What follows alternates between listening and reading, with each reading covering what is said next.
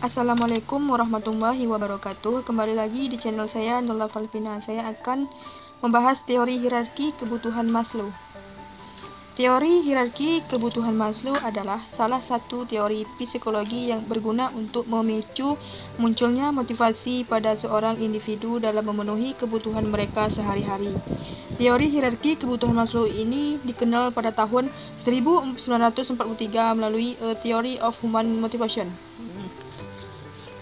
Adapun konsep dari teori hierarki kebutuhan Maslow. Yang pertama yaitu kebutuhan dasar atau fisiologi.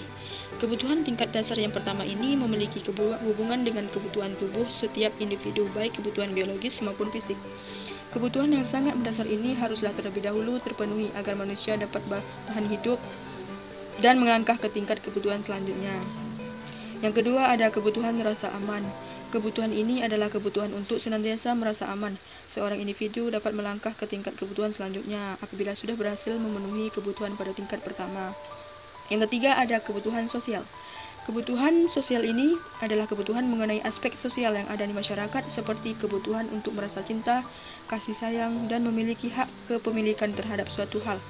Dalam tingkat ini, Abraham Maslow memberikan pendapatnya mengenai alasan mengapa seorang individu mencari cinta. Selanjutnya, kebutuhan mendapatkan penghargaan, yaitu adalah kebutuhan untuk mendapatkan penghargaan. Penghargaan yang dimaksud dalam tingkat kebutuhan ini tidaklah selalu penghargaan berupa piala ataupun hadiah. Yang terakhir ada kebutuhan mengaktualisasikan diri, yaitu kebutuhan yang tertinggi, kebutuhan untuk mengaktualisasikan diri.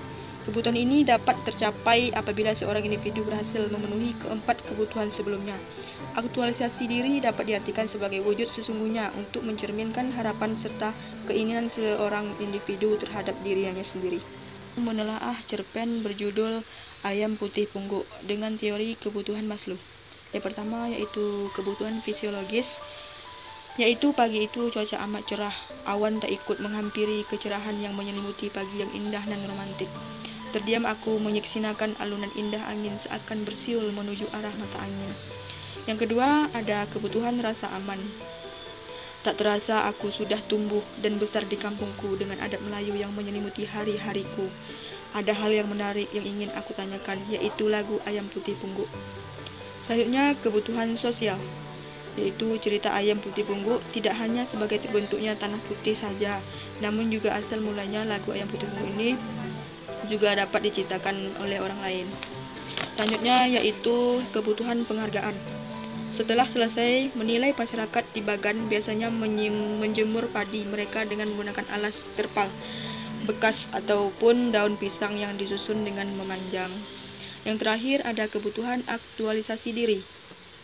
Lagu ini menjadi ciri khas dari daerah Tanah Putih di Rokan Hilir.